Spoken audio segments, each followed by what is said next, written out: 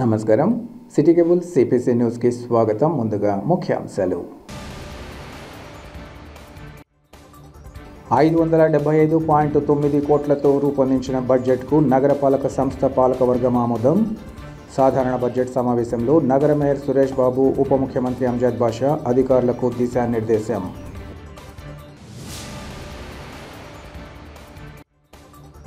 అర్హులు బాధ్యతగా భావిస్తూ ప్రతి ఒక్కరూ ఓటు హక్కును కలిగి ఉండాలి. ర్యాలీలో జిల్లా కలెక్టర్ విజయరామరాజు వెల్లడి.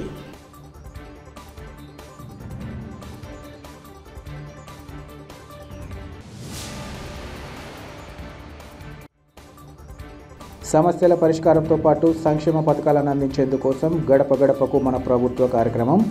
రాష్ట్ర ఉప ముఖ్యమంత్రి అంజద్ బాషా స్పష్టీకరణ.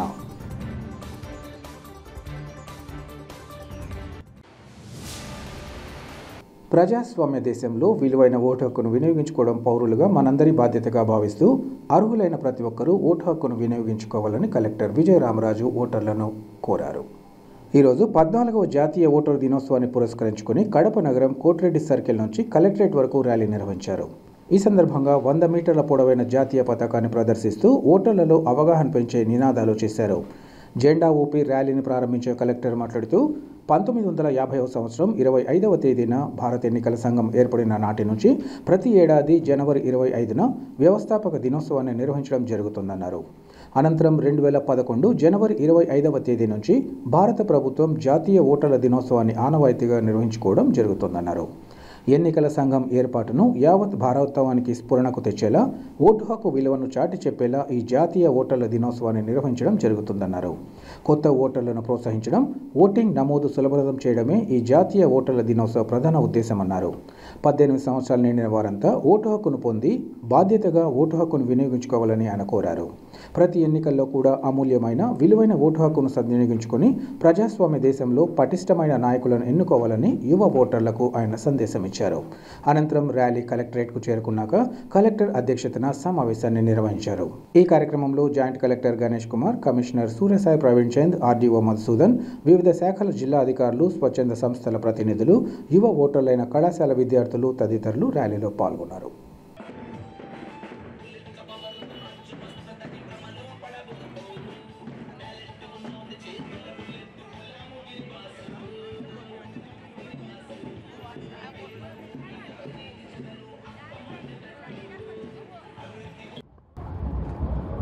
కడప జిల్లా ప్రజలందరికీ కూడా ఈరోజు నేషనల్ ఓటర్స్ డే శుభాకాంక్షలు తెలియజేసుకుంటూ మనం ప్రతి సంవత్సరం జనవరి 25వ తారీఖున నేషనల్ ఓటర్స్ డేస్ని జరుపుకోవడం జరిగింది. ఈ సంవత్సరం మనము మొన్న జరిగిన ఎస్ఎస్ఆర్ కూడా పబ్లికేషన్ మొన్న 22వ తారీఖున అన్ని చోట్ల పబ్లిష్ చేసి పొలిటికల్ పార్టీ మీటింగ్స్ అవి కూడా కంప్లీట్ చేసుకోవడం జరిగింది. ఈ సంవత్సరం మనకి general elections for parliament as well as assemblies కూడా ఉన్నాయి కాబట్టి ఈ ప్రక్రియలో లాస్ట్ ఇయర్ అంతా కూడా ఎస్ఎస్ఆర్ 2023 వరకు కూడా హౌస్ టు హౌస్ వెరిఫికేషన్ కానీ, కొత్తగా వచ్చిన అప్లికేషన్స్ కానీ చాలా దీర్ఘంగా వెరిఫికేషన్ అయ్యి చేయించడం జరిగింది. దాంతోపాటు రూల్ అప్డేషన్ కూడా జరిగి మనం పబ్లిష్ చేయడం జరిగింది. పొలిటికల్ పార్టీ అందరికీ కూడా మెంబర్స్ అందరికీ కూడా డూప్లికేషన్ రీత్యా, కొత్త ఎడిషన్స్, డిలీషన్స్ అన్ని రీత్యా ఏ ప్రక్రియ చేసుకోవాలనే అంశం మీద అందరికీ అవగాహన కల్పించాం. దీంతోపాటు ఓటర్ అవేర్నెస్ కింద ఒక సుమారు ప్రతి కాన్స్టిట్యున్సీస్కి 3 ఈవీఎంస్, ట్రైనింగ్ ఈవీఎంస్ పెట్టి ప్రతి విలేజ్లో కూడా ఓటు ఏ విధంగా ఉపయోగించుకోవాలా, ఏ విధంగా ఓటు హక్కు మనం వేసుకోవచ్చు అనే అంశం మీద జిల్లా మొత్తం మీద ట్రైనింగ్ కంప్లీట్ చేసుకోవడం జరుగుతుంది. దీంతోపాటు వచ్చే సార్వత్రిక ఎన్నికలకి సంబంధించుకుని ఉన్న నోడల్ ఆఫీసర్స్ని, అలాగే ఈవీఎంస్ వరకు, ఎఫ్ఎల్సీస్ వరకు కూడా అన్నీ కంప్లీట్ చేసుకోవడం జరిగింది. కాబట్టి ఈ వచ్చే ఎన్నికల్లో ప్రజలందరికీ కూడా ఈరోజు కోటిరెడ్డి సర్కిల్లో ఈ రంగోలీ కాంపిటీషన్స్, ఫ్లాగింగ్ ఆఫ్, కొన్ని బెలూన్ లాంచ్ ఈ ప్రోగ్రామ్స్ పెట్టుకోవడం జరిగింది. ప్రజలందరికీ కూడా ఒక విన్నపం ఏంటంటే వచ్చే ఎన్నికల్లో ఖచ్చితంగా ఓటు హక్కు ఉన్న ప్రతి ఒక్కరూ కూడా 18 ఇయర్స్ ఎవరికైతే ఓటు హక్కు ఉందో అందరూ కూడా ఖచ్చితంగా ఓటు హక్కు ఉపయోగించుకోవాల్సిందిగా రిక్వెస్ట్ చేసుకుంటూ ఇది కిక్ స్టార్ట్ మీటింగు. దీని నుంచి ప్రతి వారం కూడా ప్రతి కాన్స్టిట్యున్సీలో ఒక 3 యాక్టివిటీస్ ఓటర్ అవేర్నెస్ ఇచ్చే జరుపుకోవడం జరుగుతుంది. దీంతోపాటు ఎథికల్ ఓటింగ్ మీద కూడా, అంటే ప్రతి మనిషి కూడా ఎటువంటి ప్రలోభాలకి లేకుండా వాళ్ళకి డెవలప్మెంట్ కానీ, వాట్ ఎవర్ పాలసీస్ కానీ చూసి without any money are muscle power లేకుండా ఓటు వేయాల్సిందిగా రిక్వెస్ట్ చేయడం కూడా ప్రజలందరికీ తెలియజేసుకుంటున్నాం. ఆ రిక్వెస్ట్ ఇక్కడ ఉన్న పాత్రికేయ మిత్రులందరికీ కూడా ఈ ఎలక్షన్స్ రీత్యా ఎథికల్ ఓటింగ్ మీద కూడా ప్రజలు కొంచెం అవగాహన కల్పించేటట్టు, అవేర్నెస్ కల్పించేటట్టు ఆర్టికల్స్ కూడా ఎక్కువ రాయాలనే విషయం తెలియజేసుకుంటూ సెలవు తీసుకుంటున్నాను. కడప నగరపాలక సంస్థ 575.93 కోట్లతో రూపొందించిన బడ్జెట్కు పాలకవర్గ సభ్యులు ఆమోదం తెలిపారు.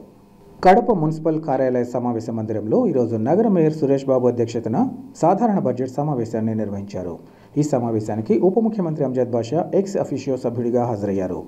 66.62 కోట్ల ప్రారంభ నిల్వతో రూపొందించిన ఈ బడ్జెట్లో 502.76 కోట్లు ఖర్చవుతాయని, 73.17 కోట్లు అంత్య నిల్వగా పేర్కొన్నారు.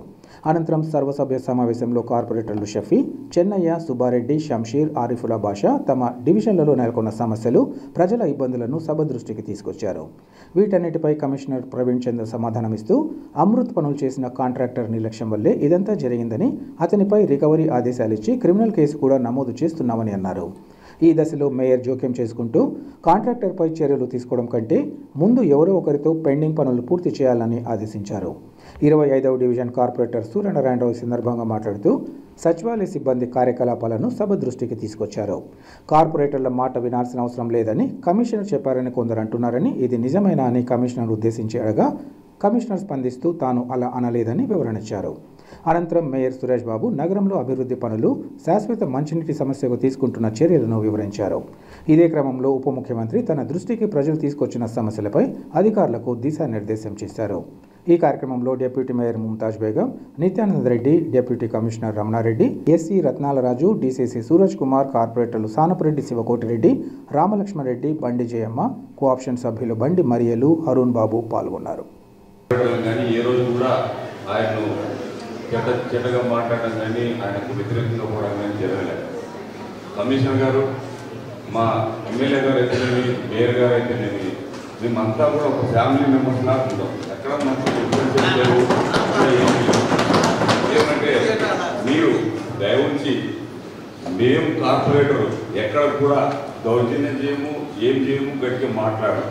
కానీ చాలా బాధపడే విషయం ఏంటంటే ఒక కార్పొరేటరు సచివాలయంలోకి పోతే ఆ సచివాలయంలో నుంచి ఆ మనుషులు బయటికి పిలిచిపోయి పైగా మాట్లాడటము, అదే సచివాలయంలో అక్కడ సీసీ కెమెరాలు ఉంటే ఇంకో చోట టేబుల్ వేసుకుని పోయి మాట్లాడటము ఎంతవరకు మేము సహించాలి సార్? డైరెక్ట్గా ఓపెన్గా డబ్బులు తీసుకుంటున్నారు. మీరు ఏం చెప్పినారంటే మీకే చెప్తారు, మా కమిషనర్ చెప్పినాడు మీకెందుకు మేము చెప్పాలా అని మాట్లాడతారు. దయవచ్చి మీరు ఆ మాటలు అంటున్నారా? కార్పొరేటర్లు చెప్తే మీరు వినాలంటే అంటున్నారా సార్? మాకు ఏదైనా సలహాలు కానీ ఏదైనా చెప్పే అవకాశం మాకు లేదా? ఎవడన్నా షావుకారికో పెద్దోడికో వానికి కన్సిడర్ చేయమని అడిగే సమస్య లేదు. మేము పోయేదే పేదల కోసం, పోయేది వాళ్ళ కోసమే. వేరే ఏ కార్పొరేటర్ కూడా పోడు, ఎవరు పోడు.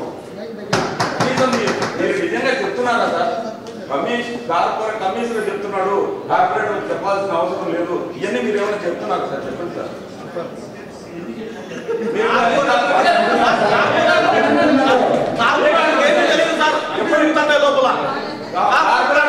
అవసరం లేదు అనే విషయం చెప్తున్నారా లేదా? ఏం తెలియదు సార్, ఏం అవసరం లేదు చెప్పాలి. ఒక పర్టికులర్ కార్పొరేటర్ ఎవరైనా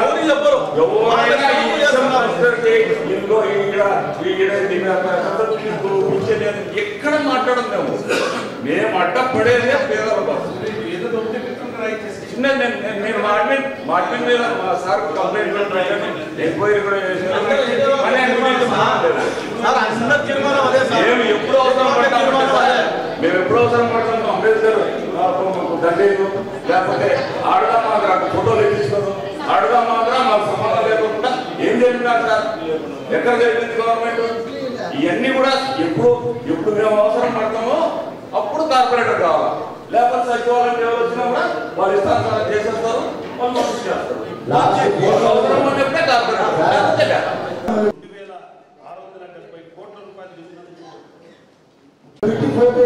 అప్లోడ్ చేయాలంటే దానికి అవసరం దీవులు వేసినప్పుడు కార్పొరేటర్ లేదు, ఇబ్బంది ఉన్నప్పుడు రాసినప్పుడు కార్పొరేటర్ లేదు, దీవుల కోసం పిలిచినప్పుడు కార్పొరేటర్ చెప్పారా?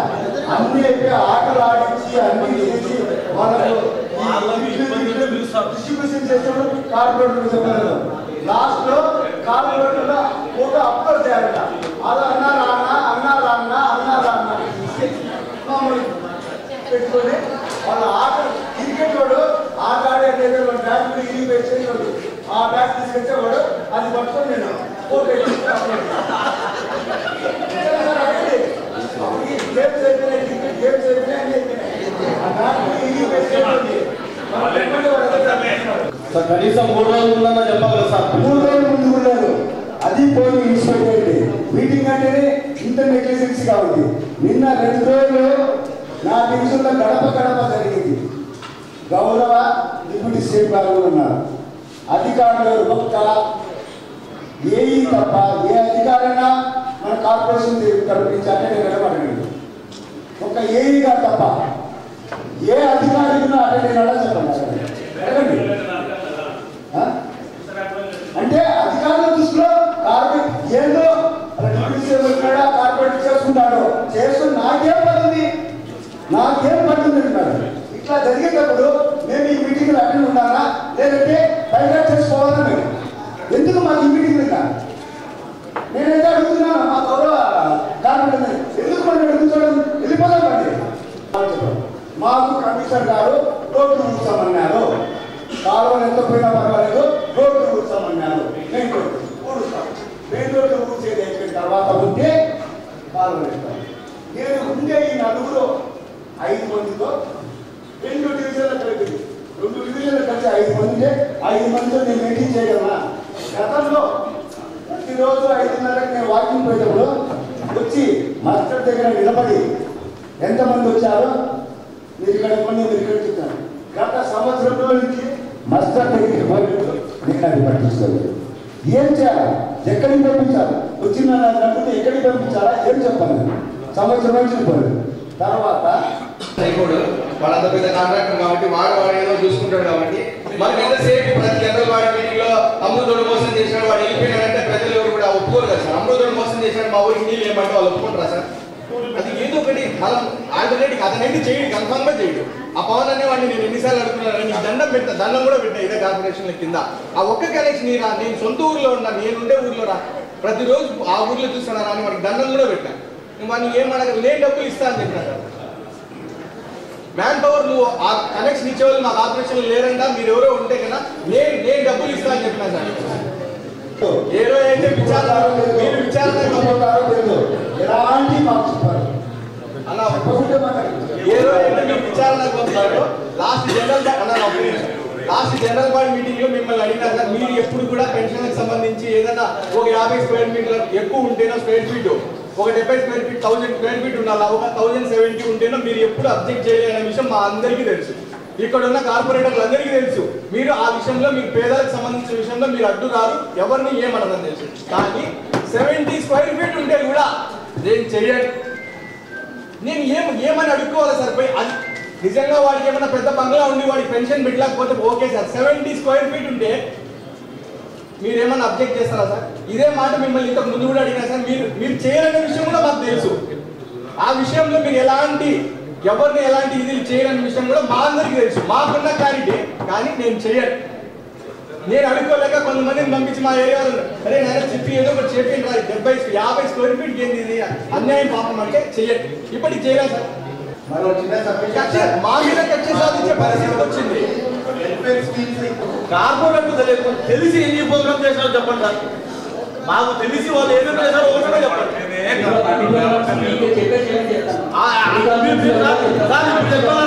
చెప్తున్నారు కదా ఎన్ని కాన్ఫరెన్స్ లో వాళ్ళందరినీ తీసుకుని ఒకసారి చెప్పండి.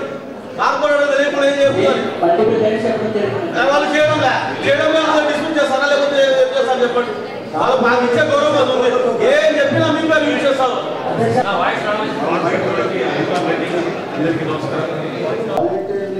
టర్మినేట్ చేసేది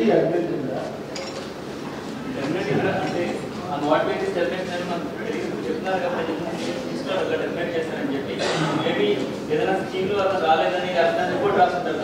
రిపోర్ట్ ఎవరికి రావాలా? నీకు రావాలి.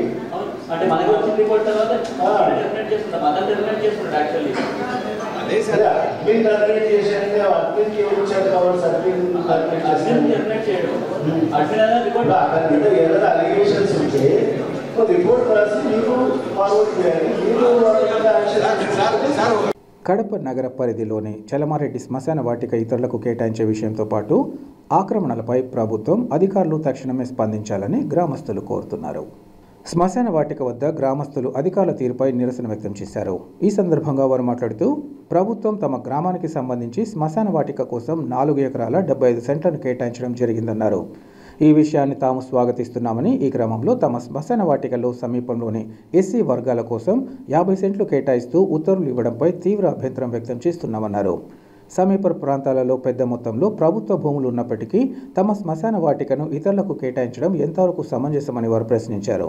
ప్రభుత్వం అధికారులు తమకు కేటాయించిన 4 ఎకరాల 75 సెంట్లలో కాంపౌండ్ వాల్, ఫెన్సింగ్, నీటి ట్యాప్ తదితర వాటిని ఏర్పాటు చేసి ఇతరులకు సమీపంలోని స్థానాలను కేటాయించాలని తాము కోరుతున్నామన్నారు.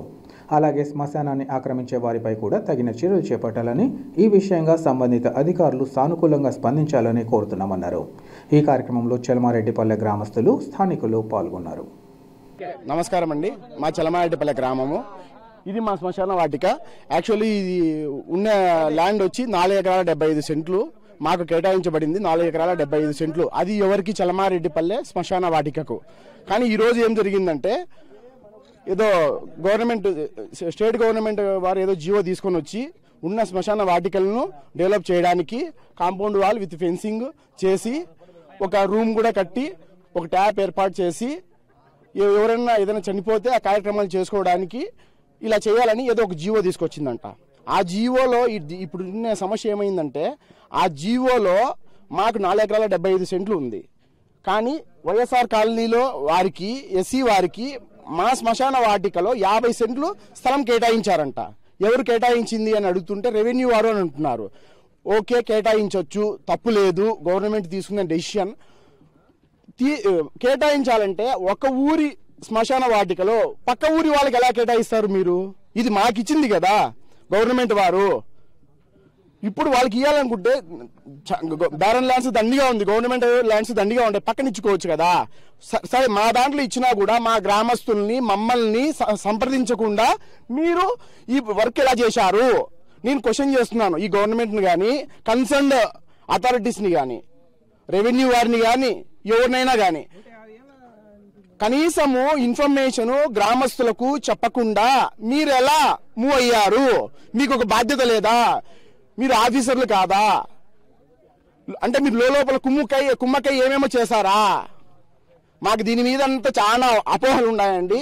గవర్నమెంట్ వారు మాకు ఏం చేయాలంటే, మా శ్మశాన వాటిక 4 ఎకరాల 75 సెంట్లు మా స్థలాన్ని మాకు కేటాయించేసి, ఆ ఫెన్సింగ్ వాల్ నీట్గా వేసేసి, ఇంకో చిన్న విషయం అంటే, ఈ శ్మశాన వాటికి కూడా కొంచెం కబ్జా గురైంది, దాన్ని సాగులోకి తీసుకొచ్చారు. అదంతా సమస్య అంతా మాకు పూర్తిగా చేసి పెడతారని ఆశిస్తున్నాం. గత 5 ఏళ్ళకి ఇది జరుగుతూనే ఉంది. గవర్నమెంట్ వారు ఇప్పటికైనా స్పందించి దయచేసి మా గ్రామస్తుల సమస్యను తీరుస్తారని. చలమారెడ్డిపల్లె శ్మశానము గత 120 ఏళ్ళ నుంచి ఇది మా శ్మశానం, ఇది శ్మశాన వాటిక. దీన్ని వాళ్ళు ఒక కుమ్మక్కయ్యి ఏరే వాళ్ళకి ఇవ్వాలని ప్లాన్తో ఇది తగ్గించి మాకు వేసారు. అందువల్ల మేము కడప నగరపాలక సంస్థ తరపున కడప నియోజకవర్గంలోని అన్ని శ్మశానాలు, 50 వార్డులకు సంబంధించిన అన్ని శ్మశానాలు కూడా, అంటే శ్మశానాలు ఇప్పటి వరకు మనం శ్మశానాలు చూసినట్టయితే ఎవరైనా చనిపోతే కనీసం ఆ శ్మశానానికి తీసుకెళ్లి ఆ రోజు మనం పూడ్చుకోవాలంటే కూడా కొంత ఇబ్బందికరమైన పరిస్థితి.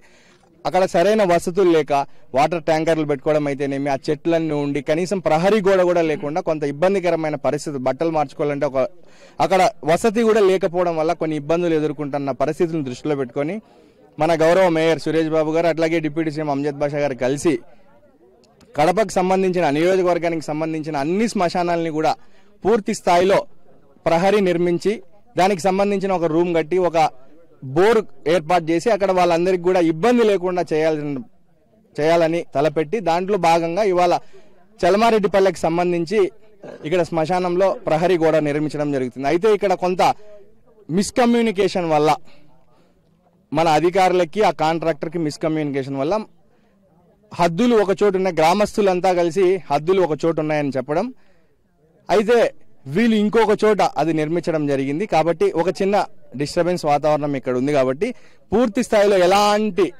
ఇక్కడ ఎవ్వరికి కూడా ఎలాంటి ఇంకో ఆలోచన లేదు కాబట్టి ఖచ్చితంగా అది ఏదైతే ఉందో దాన్ని తీసి పక్కన పెడతాం.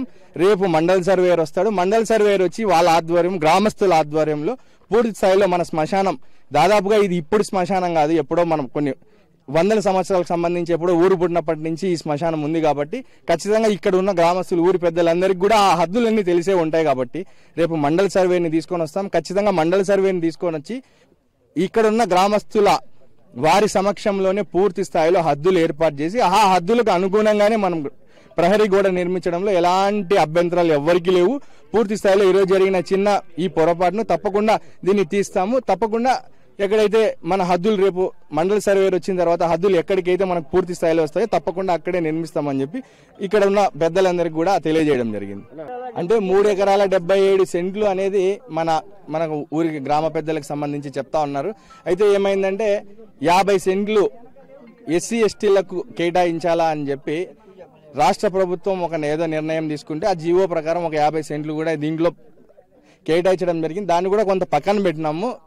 ఒక జనరల్ బాడీ మీటింగ్ లో హఠాత్తుగా తీసుకొచ్చి పక్కన పెట్టడం. మేయర్ గారు సరే దాని గురించి తర్వాత ఆలోచిద్దాం, ఆల్రెడీ మనం సబ్ జైలు దగ్గర అందరికీ, అన్ని కమ్యూనిటీలకి, హిందూకి కానీ, ముస్లిం కానీ, క్రిస్టియన్కి కానీ అందరికి కూడా అక్కడ శ్మశానాలు ఏర్పాటు చేస్తున్నాం కాబట్టి ఇక్కడ మళ్ళీ కొత్త శ్మశానం ఏర్పాటు చేయడం ఎందుకని చెప్పి ఆలోచించడం జరిగింది. అది కూడా ఏముందో పూర్తి స్థాయిలో కనుక్కొని పూర్తిగా ఇక్కడ ఏదైతే హద్దులు ఉంటాయో గ్రామస్తులు అందరి సమక్షంలోనే దీన్ని పూర్తి స్థాయిలో సర్వే చేస్తాం. సర్వే చేసిన తర్వాతనే మిగిలిన పనులన్నీ పూర్తి చేసి ఇవ్వడం జరుగుతుంది. మన శ్మశానానికి సంబంధించిన స్థలం వస్తుందో లాస్ట్ ఎక్కడైతే మనం రాయి నాటుతామో అదే రాయి నాటిన ప్లేస్ లో మనం ఖచ్చితంగా ఈ కాంపౌండ్ వాల్ ఏర్పాటు చేస్తాం. ఎలాంటి అపోహలకు తావే లేదు. ఇక్కడ రైతులు వాడుకొని ఇంకో ఎవరైనా వాడుకొని ఎవరు వాడుకున్నా కూడా అది కబ్జా కిందకే వస్తుంది తప్ప శ్మశానానికి సంబంధించిన స్థలాన్ని వాళ్ళు వాడుకుంటారు. సరే ఇప్పుడు ఏదో కాంపౌండ్ వాల్ లేదు కాబట్టి ఎక్కడి వరకు అవకాశం ఉందో అక్కడి వరకు వాడుకున్నారు. ఇప్పుడు కాంపౌండ్ వాల్ కడుతున్నాం కాబట్టి ఖచ్చితంగా ఏదైతే శ్మశానం స్థలం ఉందో ఆ శ్మశానం స్థలాన్ని పూర్తి స్థాయిలో కేటాయిస్తాం.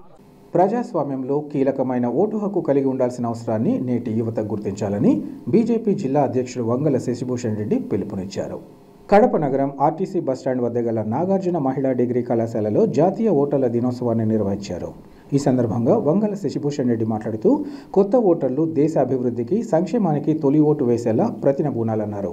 ఇందుకోసం యువత తొలుత ఓటు హక్కు కలిగి ఉండాలని అన్నారు. ఎన్నికల్లో సరైన ప్రజాప్రతినిధులను ఎన్నుకుంటే దేశంతో పాటు రాష్ట్రం సుభిక్షంగా ఉంటుందన్నారు. రాష్ట్రంలో ఎన్నో జాతీయ విద్యా సంస్థలను ఏర్పాటు చేసి యువతీ యువకులకు బంగారు భవిష్యత్తు కల్పించే వారికి ఎన్నికల్లో ప్రాధాన్యత ఇవ్వాలని ఆయన కోరారు. ఆంధ్రుడిగా తన మొదటి ఓటును మోదీకి ఎందుకు వేయాలన్న విషయాన్ని ఆలోచించాలన్నారు.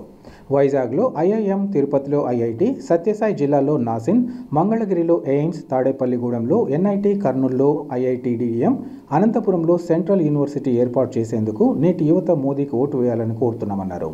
ఈ కార్యక్రమంలో బీజేపీ నేత బాలకృష్ణ యాదవ్, కళాశాల ప్రతినిధులు, విద్యార్థులు పాల్గొన్నారు. కడప జిల్లా ప్రజలకు జాతీయ ఓటర్ దినోత్సవ శుభాకాంక్షలు. ఈరోజు ఓటర్ దినోత్సవం సందర్భంగా ఈరోజు జిల్లాలో ఉండే యువత అంతా కూడా అర్హత ఉన్న వారందరూ కూడా తన ఓటు హక్కు ఎక్కించుకోవాలని నేను విజ్ఞప్తి చేస్తూ ఉన్నా.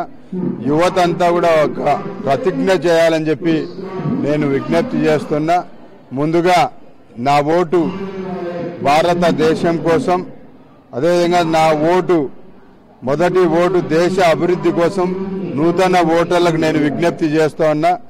ఈ విధంగా ప్రతిజ్ఞ తీసుకోవాలా. నా మొదటి ఓటు అవినీతి లేని ఆంధ్ర కోసం, నా మొదటి ఓటు నిరుద్యోగి లేని ఆంధ్ర కోసం, నా మొదటి ఓటు పేదోడిని పెద్దోడిని చేయడం కోసం నా మొదటి ఓటు, అదేవిధంగా నా మొదటి ఓటు నా దేశాన్ని విశ్వగురు స్థానంలో నిలబెట్టడం కోసం. అందుకే నా మొదటి ఓటు నా దేశం కోసమే అని ఈరోజు జిల్లాలో ఉండే మొదటి ఓటర్లు ప్రతినబూనాలని చెప్పి నేను విజ్ఞప్తి చేస్తూ, ఈరోజు దేశ అభివృద్ధి సౌభాగ్యం విషయంలో అందరూ యువత ముందు ఉండాలని చెప్పి సరైన ప్రజాప్రతినిధులను ఎన్నుకోవాలని, మనకు సేవ చేసే ప్రజాప్రతినిధులను మాత్రమే ఎన్నుకోవాలని నేను యువతను కోరుతా ఉన్నాను. ఈరోజు ఆంధ్రుడిగా నా మొదటి ఓటు మోడీకే. ఎందుకంటే ఐఐఎం వైజాగ్లో ఐఐఎం ఏర్పాటు చేసినందుకు అదేవిధంగా తిరుపతిలో ఐఐటిని ఏర్పాటు చేసినందుకు, అదేవిధంగా తిరుపతిలో ఐసర్ని ఏర్పాటు చేసినందుకు, అదేవిధంగా సత్యసాయి జిల్లా పాల సముద్రంలో నాసిన్ను ఏర్పాటు చేసినందుకు, అదేవిధంగా మంగళగిరిలో ఎయిమ్స్ ఏర్పాటు చేసినందుకు, అదేవిధంగా తాడేపల్లి గూడెంలో ఎన్ఐటిని ఏర్పాటు చేసినందుకు, అదేవిధంగా కర్నూలులో ఐఐటిడిఎం ఏర్పాటు చేసినందుకు, వైజాగ్లో ఐఎంయు ఏర్పాటు చేసినందుకు, అనంతపురంలో సెంట్రల్ యూనివర్సిటీని ఏర్పాటు చేసినందుకు మోడీకి ఓటు వేయాలని విద్యావంతులు యువత ఓటు వేయాలని చెప్పి నేను కోరుతా ఉన్నాను. ధన్యవాదాలు. బీజేవైఎం ఆధ్వర్యంలో, భారతీయ జనతా యువ మోర్చా ఆధ్వర్యంలో నరేంద్ర మోడీ గారు ప్రత్యక్షంగా యువ ఓటర్లతో మాట్లాడే కార్యక్రమాన్ని ఏర్పాటు చేయడం జరిగింది. అందులో భాగంగా కడప నగరంలో Kadapa Nagarjuna women's degree college నందు ఈ ప్రత్యక్ష లైవ్ కార్యక్రమాన్ని ఏర్పాటు చేయడం జరిగింది. కాబట్టి ఇక్కడ ఆంధ్రప్రదేశ్ యువ ఓటర్లకు మరియు చదువుకున్న వారికి మేము తెలియజేసేది ఏంటంటే, నా మొదటి ఓటు నరేంద్ర మోడీ గారికి అనే నినాదంతో చదువుకున్న ప్రతి ఒక్కరూ నరేంద్ర మోడీ గారికి ఓటేసి భారతీయ జనతా పార్టీని గెలిపించాల్సిందిగా కోరుతున్నాం. నా మొదటి ఓటు నరేంద్ర మోడీ గారికి ఎందుకు ఏర్పాటు చేయాలంటే, నా యూపీఐ ప్రభుత్వం ఉన్నప్పుడు చదువుకోవడానికి మనకు ఒకే ఒక్క యూనివర్సిటీ ఇచ్చింది. అదే నరేంద్ర మోడీ గారి ప్రభుత్వం వచ్చిన తర్వాత మనకు 32 యూనివర్సిటీలు ఇచ్చింది. దాదాపు 50,000 కోట్లతో 30 ప్రతిష్టాత్మకమైన యూనివర్సిటీలను ఏర్పాటు చేసింది. అలాగే మనకు వైద్య కళాశాలలు కూడా 17 వైద్య కళాశాలలు, 4 డిఎండ్ యూనివర్సిటీలు, అలాగే క్లస్టర్ యూనివర్సిటీలు, మనకు ఎన్నో స్పోర్ట్స్ యూనివర్సిటీలు అభివృద్ధి చేసింది. అందుకే కాబట్టి నా మొదటి ఓటు నరేంద్ర మోడీ గారి కోసం, నా మొదటి ఓటు దేశ అభివృద్ధి కోసం, నా మొదటి ఓటు అవినీతి రహిత ప్రభుత్వం కోసం, నా మొదటి ఓటు దేశ విశ్వగురువుగా తయారు చేసేదానికని తెలియజేస్తూ, యావత్ కొత్త ఓటర్లు కానీ చదువుకున్న విద్యార్థులు ప్రతి ఒక్కరూ ఆలోచించి దేశం నరేంద్ర మోడీ గారి ప్రభుత్వానికి ఓటు వేయాల్సిందిగా కోరుతున్నాం. ప్రజా సమస్యల పరిష్కారంతో పాటు అర్హులైన ప్రతి ఒక్కరికి సంక్షేమ పథకాలను అందించేందుకోసం గడప గడపకు మన ప్రభుత్వం కార్యక్రమాన్ని చేపట్టినట్లు రాష్ట్ర ఉప ముఖ్యమంత్రి అంజద్ బాషా తెలిపారు. కడప నగరం 40వ డివిజన్ పరిధిలో గల పలు వీధుల్లో ఈరోజు ఉప ముఖ్యమంత్రి గడప గడపకు మన ప్రభుత్వం కార్యక్రమాన్ని నిర్వహించారు. తొలుత ఉప ముఖ్యమంత్రి ఇంటింటికి తిరిగి ప్రజా సమస్యలు తెలుసుకొని వాటి పరిష్కారానికి ఆదేశాలు జారీ చేశారు. అనంతరం ప్రభుత్వ పథకాలను ప్రజలకు వివరించి వాటి వల్ల కలుగుతున్న లబ్ధిని తెలియజేశారు. అనంతరం అంజద్ బాషా మాట్లాడుతూ, పాదయాత్రలో జగన్మోహన్ రెడ్డి పేదల కష్టాలు తెలుసుకొని వారి సంక్షేమం కోసం నవరత్నాల పథకాలను ప్రవేశపెట్టారన్నారు. అర్హత ఉండి ఇంకా ఎవరైనా సంక్షేమ పథకాలు కోల్పోయి ఉంటే వారి కోసం జగనన్నకు చెబుదాం కార్యక్రమాన్ని నిర్వహించి అర్హులైన అందరికీ పథకాలు అందిస్తున్నట్లు ఆయన చెప్పారు. ఈ సందర్భంగా పలువురు లబ్ధిదారులు తమకు జగనన్న విద్యా దీవెన, వసతి దీవెన, జగనన్న అమ్మఒడి, వైఎస్ఆర్ పింఛన్ కానుక, వైఎస్ఆర్ ఆసరా, వైఎస్ఆర్ 0 వడ్డీ పథకాల ద్వారా లబ్ధి పొందామని, ఈ ప్రభుత్వానికి ఎల్లప్పుడూ బాసటగా ఉంటామని తెలియజేశారు. మనసున్న ముఖ్యమంత్రిని ప్రతి ఒక్కరూ ఆశీర్వదించాలని సందర్భంగా కోరారు. ఈ కార్యక్రమంలో స్థానిక కార్పొరేటర్ బాలస్వామిరెడ్డితో పాటు పలువురు వైసీపీ నేతలు, కార్పొరేటర్లు, మార్కెట్ యార్డు డైరెక్టర్లు, స్థానిక ప్రముఖులు, ఇంకా సచివాలయ సిబ్బంది, వాలంటీర్లు పాల్గొన్నారు. ఆయన రమ్మను, నేను వస్తాను, నాకు గౌరవం ఇస్తారు, ఆయన గౌరవం ఇస్తారు, వచ్చి చూడమ్మను. నేను ప్రతిరోజు నేను గడప గడప ప్రోగ్రాం చేస్తున్నారు, ప్రతి ఇంట్లో నేను ఆహ్వానిస్తున్నారు, ఇంట్లో కూర్చోబెట్టుకుంటున్నారు, నాకు గౌరవం ఇవ్వడం లేదా? వాళ్ళు డబ్బులు ఇచ్చుకొని వాళ్ళు స్వాగతాలు పలుకుతున్నారు, మాకు స్వచ్ఛందంగా స్వాగతం పలుకుతున్నారు. వాళ్ళు డబ్బులు ఇచ్చుకొని వాళ్ళు గౌరవం పొందుతున్నారు. మేము చేసిన కార్యక్రమాలు చెప్పుకొని ఈ ప్రజలు మమ్మల్ని గౌరవిస్తున్నారు. అది తేడా. వాళ్ళకు మాకు తేడా ఏంటంటే, వాళ్ళు డబ్బులు ఇచ్చుకొని మర్యాద పుచ్చుకుంటున్నారు. మేము చేసిన కార్యక్రమాలు చెప్పుకున్న తర్వాత మాకు ప్రజలు స్వచ్ఛందంగా మాకు గౌరవిస్తున్నారు. ఈరోజు ఎక్కడికి వెళ్ళినా కూడా బ్రహ్మరథం పడుతున్నారు. ఈరోజు మా నాయకులందరూ కూడా మాకు గౌరవం ఇవ్వకపోతే ఈ స్థాయికి వస్తానా నేను? నిజంగా ఎంత దారుణం అంటే, ఇంకొక 100 రోజుల్లో ఎన్నికలు ఉంటే మరి ఏ సందర్భంలో మరి ఆమె షర్మిలమ్మ గారు ఆంధ్ర రాజకీయాల్లో ప్రవేశించారో ఈ రాష్ట్ర ప్రజలకు తెలియని పరిస్థితి. ఒకటి, షర్మిల గారు ఈ రాష్ట్ర ప్రజలకు సమాధానం ఇవ్వాల్సిన అవసరం ఉంది. గతంలో షర్మిలమ్మ గారు తెలంగాణ రాష్ట్రంలో ఒక రాజకీయ పార్టీ స్థాపించడం జరిగింది. తెలంగాణ వైఎస్ఆర్ కాంగ్రెస్ పార్టీ, తెలంగాణ పార్టీ అని చెప్పి ఏదో పార్టీ స్థాపించడం జరిగింది. మరి ఆ రోజు తెలంగాణ ప్రాంతంలో మరి ఆమె పర్యటించినప్పుడు మరి ఏం మాట్లాడారో ఒకసారి ఆ పాత వీడియోలు వేసుకొని నెమరు వేసుకుంటే ఆమెకు బాగుంటుంది. ఈరోజు రాజశేఖర రెడ్డి గారి ఈరోజు తెలుగు రాష్ట్రాల్లో మరి ఆయన్ని రాజశేఖర రెడ్డి గారిని గుండెల్లో పెట్టుకున్న వ్యక్తులు ఈరోజు తెలుగు రాష్ట్రాల్లో ఉన్నారు.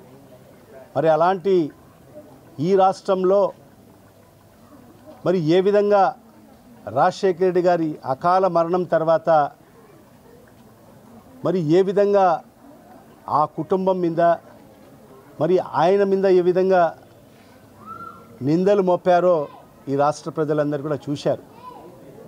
ఏ విధంగా కాంగ్రెస్ పార్టీ తెలుగుదేశం పార్టీ రెండు పార్టీలు జతకట్టి మరి ఆయన మరణించిన తర్వాత మరి ఆయన బతికి ఉన్నంత కాలం కాంగ్రెస్ పార్టీని జీవం పోశాడు ఆ మహానేత డాక్టర్ వైఎస్ రాజశేఖర రెడ్డి గారు. నామరూపాలు లేకుండా ఉన్న కాంగ్రెస్ పార్టీని తన ఒంటి చేతితో అధికారంలోకి తీసుకొచ్చాడు. కేంద్రంలో కూడా మరి ఆ రోజు కాంగ్రెస్ పార్టీ అధికారంలోకి వచ్చేదానికోసము ఆయన ఒంటి చేతితో పోరాటం చేయడం జరిగింది. మరి అలాంటి మహోన్నతమైన నాయకుడు మరి ఒకేనొక సందర్భంలో మరి ఏదైతే అప్పటి ప్రధానమంత్రి మన్మోహన్ సింగ్ గారే మరి రాజశేఖర రెడ్డి గారిని కొనియాడడం జరిగింది. మరి అలాంటి వ్యక్తి చనిపోయిన తర్వాత మరి ఏ విధంగా కాంగ్రెస్ పార్టీ ఆయన పేరుని చార్జ్షీట్లో ఇంక్లూడ్ చేసిందో ఈ రాష్ట్ర ప్రజలు ఎప్పటికీ మరవలేరు. షర్మిలమ్మ మర్చిపోవచ్చేమో కానీ ఈ రాష్ట్ర ప్రజలు ఎప్పటికీ మరవరు. తెలుగు జాతిని దారుణంగా రెండు ముక్కలు చేసిన పార్టీ మరి అదే ఆ మహానేత డాక్టర్ వైఎస్ రాజశేఖర రెడ్డి గారు బతుకునింటే ఈరోజు ఈ రాష్ట్రం విడిపోయేదా? లేదు.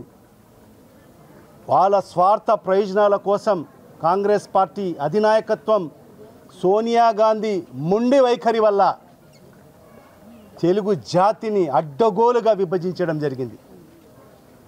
మరి ఆ విభజనే ఈరోజు మనం చూస్తున్నాం. ఈ రాష్ట్రం ఈ స్థాయికి వచ్చేదానికి కారణం కాంగ్రెస్ పార్టీ.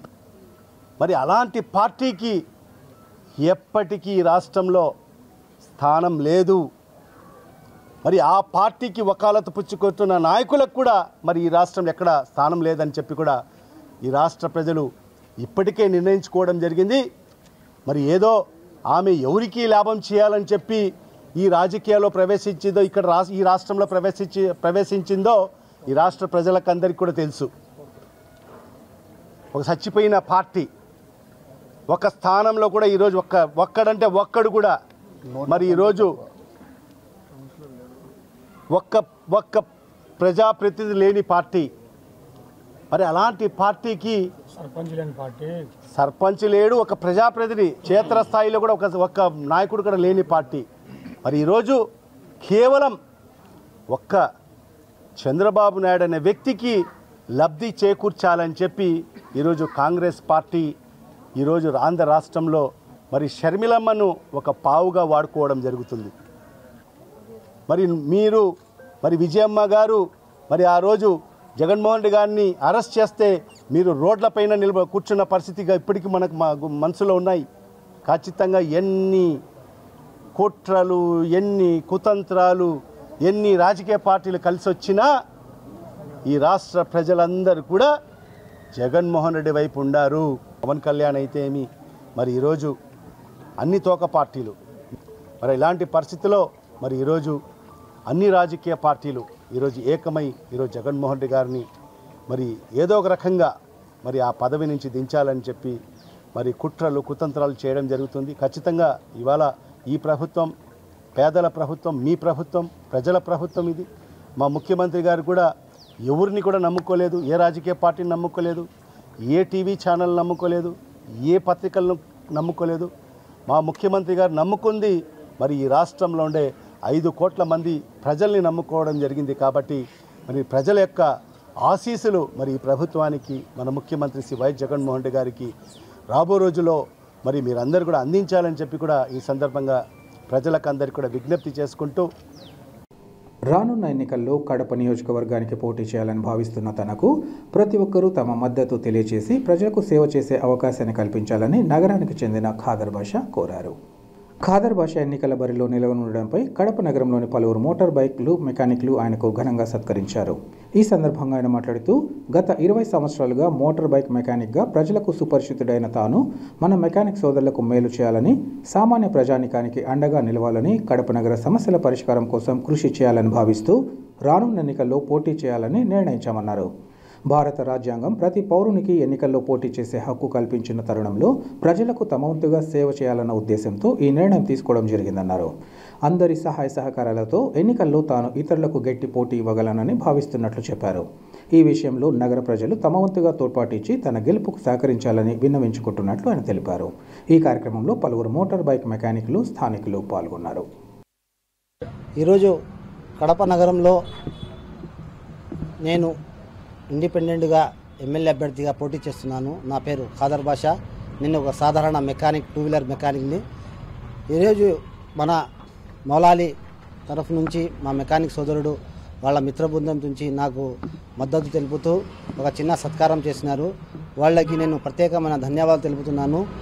నేను కడప నగరంలో 20 సంవత్సరాలుగా సేవా కార్యక్రమాలు చేసి చాలామందికి నేను వాళ్ళ తోడుగా ఉంటున్నాను. అలాగే ఆ సేవా కార్యక్రమాలు చేసినప్పటి నుంచి నాకు కూడా ఒక ఆశగా ఉండేది, నేను కూడా ఒక ఎమ్మెల్యేగా కంటెస్ట్ చేయాలని. నేను ఎమ్మెల్యేకు కంటెస్ట్ చేయాలనే దీనికి ఆలోచన ఎందుకు వచ్చిందంటే, నేను నా వృత్తిలో 25 సంవత్సరాల నుంచి మెకానిక్గా చేస్తున్నాను. అప్పటి నుంచి ఇప్పుడు దాకా కనీసం అంటే 4 ప్రభుత్వాలు మారినాయి. ఆ దాంట్లో మాకు ఏ రోజైనా కూడా గుర్తింపు ఇవ్వలేదు. మా మెకానిక్ సోదరులకు ఎన్ని పథకాలు వచ్చినా కూడా మాకు ఏ ఒక్క పథకం కూడా అందలేదు. దానికోసము నేను కూడా ఇండిపెండెంట్గా నిలబడాలని నేను ప్రభుత్వాలకు కనువిప్పు చేసి మా మెకానిక్ సోదరులకు మా పథకాలు సాధించే వరకు నేను కూడా ఎన్నికల్లో నిలబడి పోరాటం చేస్తానని, నేను కూడా ఒక మెకానిక్నే, అందుకోసం నేను పోటీ చేస్తున్నాను. నాకు ఎవరెవరు అహేళంగా నాకు కామెంట్లు చేస్తున్నారు వాళ్ళందరికీ నేను పట్టించుకోను, నా దారి నేను పోతా ఉంటాను. ఎందుకంటే ఒక సామాన్యుడు నిలబెడితే అందరూ చిన్న చూపు చూస్తారు. అదే ఒక ధనవంతుడు నిలబెడితే వాడు వెనకాల 1000 మంది ఉంటారు. ఆ 1000 మంది వాళ్ళు ఓటర్లు కారు. వాళ్ళందరూ ఎలా వస్తారు అనేది అందరికీ మీడియా ముఖంగా తెలుసు. నా వెనకాల ఉన్న వాళ్ళందరూ మెకానిక్ సోదరులే, వీళ్ళంతా వచ్చేసి కార్మికులే. వీళ్ళు కూడా అందరూ నా తోడుగా ఉంటారని నేను భావించి రానున్న రోజుల్లో నేను ఎన్నికల్లో గట్టిగా పోటీ ఇస్తానని, ఈ మద్దతు తెలుస్తా ఉంటే నిజంగా నాకు విజయ అవకాశాలు కనిపిస్తున్నాయని తెలియజేస్తూ, నాకు ఇంత సహకారం అందించిన మా మౌలా వాళ్ళ మిత్ర బృందానికి హృదయపూర్వకంగా ధన్యవాదాలు తెలుపుతూ, నాకు సహకారం అందిస్తున్న మీడియా సోదరులకు హృదయపూర్వకంగా ధన్యవాదాలు తెలుపుతూ సెలవు తీసుకుంటున్నాను. దేశ సమగ్ర అభివృద్ధిలో జాతీయ సేవా సంస్థ పాత్ర కీలకమని వైఎస్ఆర్ వివేకానంద ప్రభుత్వ డిగ్రీ కళాశాల ప్రిన్సిపల్ డాక్టర్ చెరసాల యోగాంజనేయులు, ఎంపీటీసీ రామతుల్లా ఖాన్లు తెలిపారు. వేంపల్లి పట్టణంలోని వైఎస్ఆర్ వివేకానంద ప్రభుత్వ డిగ్రీ కళాశాల ఎన్ఎస్ఎస్ యూనిట్ 1 ఆధ్వర్యంలో వేంపల్లి మదీనాపురం కాలనీలో ప్రత్యేక ఎన్ఎస్ఎస్ శిబిరాన్ని ఏర్పాటు చేశారు. ఈ కార్యక్రమానికి ప్రత్యేక అతిథిగా విచ్చేసిన వారు మాట్లాడుతూ, ఎన్ఎస్ఎస్లో చేరి సామాజిక సేవలో పాల్గొనడం పూర్వజన సుకృతమన్నారు. ఇటువంటి కార్యక్రమాల ద్వారా సమాజంలో నిగూఢమైన లోపాలను తెలుసుకునే అవకాశం కలుగుతుందన్నారు. అంతేకాకుండా సమాజంలో నెలకొన్న పరిస్థితులను అవగాహన చేసుకునేందుకు ఇలాంటి శిబిరాలు తోడ్పడతాయని తెలిపారు. చరిత్ర శాఖ విభాగాధిపతి బాలకొండ గంగాధర్ ఈ సందర్భంగా మాట్లాడుతూ, ఓటు యొక్క ప్రాధాన్యత, విశిష్టత, నమోదు వంటి అంశాలపై గ్రామస్తులకు, విద్యార్థులకు అవగాహన కల్పించామన్నారు. NSS programme officer doctor Obulreddy మాట్లాడుతూ, ఇటువంటి సేవా కార్యక్రమానికి మన కళాశాలను ఎన్నుకోవడం పట్ల కేంద్ర, రాష్ట్ర, యూనివర్సిటీ అధికారులకు కృతజ్ఞతలు తెలిపారు. విద్యార్థులు ఈ వారం రోజుల పాటు చేయవలసిన కార్యక్రమాల ప్రణాళికను వివరిస్తూ విద్యార్థులను కార్యోన్ముఖులను చేశారు. స్థానిక పాఠశాల హెడ్ టీచర్ కరీముల్లా ఈ సందర్భంగా మాట్లాడుతూ, ఇటువంటి కార్యక్రమం తమ పాఠశాలలో ఏర్పాటు చేయడం ఎంతో ఆనందదాయకమని హర్షం వ్యక్తం చేశారు. అనంతరం విద్యార్థులు జాతీయ ఓటరు దినోత్సవ ర్యాలీని ఏర్పాటు చేసి ఓటు హక్కు పట్ల ప్రజలకు అవగాహన కల్పించారు. ఈ కార్యక్రమంలో ఎంపీపీ స్కూల్ అధ్యాపకులు షబిదా బేగం, లక్ష్మీ నరసింహ, ఎన్ఎస్ఎస్ వాలంటీర్లు, ఫిజికల్ డైరెక్టర్ తేజేంద్ర, విద్యార్థులు ఇంకా కాలనీ ప్రజలు పాల్గొన్నారు. రాష్ట్ర ప్రభుత్వం నిరుద్యోగుల పట్ల నిర్లక్ష్యాన్ని వీడి తక్షణమే మెగా డిఎస్సి విడుదల చేసి నిరుద్యోగ ఉపాధ్యాయులను ఆదుకోవాలని డివైఎఫ్ఐ నాయకులు డిమాండ్ చేశారు. కడపలోని డిఎఫ్ఐ కార్యాలయంలో డిఎస్సి నోటిఫికేషన్ జారీలో ప్రభుత్వ తీరును నిరసిస్తూ చేపట్టనున్న 36 గంటల నిరాహార దీక్షకు సంబంధించిన పోస్టర్లను ఆయా నాయకులు ఆవిష్కరించారు. ఈ సందర్భంగా వారు మాట్లాడుతూ ముఖ్యమంత్రి జగన్మోహన్ రెడ్డి గడిచిన 4 సంవత్సరాలలో ఒక్క నోటిఫికేషన్ అయినా విడుదల చేయకపోవడం దారుణమన్నారు. పాదయాత్రలో ఏటా డిఎస్సి విడుదల చేస్తామని చెప్పి ఒక్క డిఎస్సి కూడా విడుదల చేయకపోవడం ఎంతవరకు సమంజసమని వారు ప్రశ్నించారు. ఈ విషయంగా రాష్ట్ర విద్యాశాఖ మంత్రి బొత్స సత్యనారాయణ కార్యాలయం, సీఎం క్యాంపు కార్యాలయం ముట్టడి చేసినా ప్రభుత్వంలో చలనం లేకపోవడం బాధాకరమన్నారు. మంత్రి బొత్స సత్యనారాయణ సంక్రాంతి తర్వాత డిఎస్సి నోటిఫికేషన్ ఇస్తామని చెప్పినా నేటికి అతిగతి లేదన్నారు. ఇప్పటికైనా ప్రభుత్వం డిఎస్సి నోటిఫికేషన్ జారీ చేయాలని, లేని పక్షంలో తగిన మూల్యం చెల్లించుకోవాల్సి వస్తుందని వారు హెచ్చరించారు. ఈ క్రమంలో ప్రభుత్వానికి కనువిప్పు కల్పించేందుకోసం ఈ నెల 27, 28 తేదీలలో చేపట్టనున్న 36 గంటల దీక్షల్లో నిరుద్యోగులు అధిక సంఖ్యలో పాల్గొని జయప్రదం చేయాలని కోరారు. ఈ కార్యక్రమంలో డివైఎఫ్ఐ నాయకులు వీరనాల శివకుమార్, ముడియం చిన్ని, నగర అధ్యక్షుడు షేక్ షాకీర్, నాయకులు ఉదయ్ తదితరులు పాల్గొన్నారు. వార్తలు ముగించే ముందు ముఖ్యాంశాలు మరోసారి. 575.9 కోట్లతో రూపొందించిన బడ్జెట్కు నగరపాలక సంస్థ పాలకవర్గం ఆమోదం.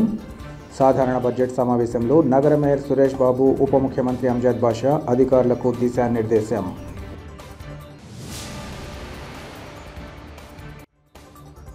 అర్హులు బాధ్యతగా భావిస్తూ ప్రతి ఒక్కరూ ఓటు హక్కును కలిగి ఉండాలి. ర్యాలీలో జిల్లా కలెక్టర్ విజయ రామరాజు వెల్లడి.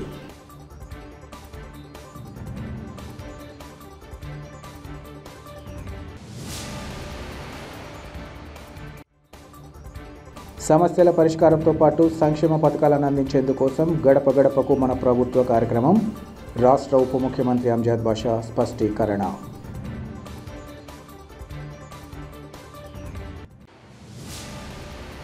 సిటీ కేబుల్ సిపిసి న్యూస్ ఇంతటితో సమాప్తం. నమస్కారం.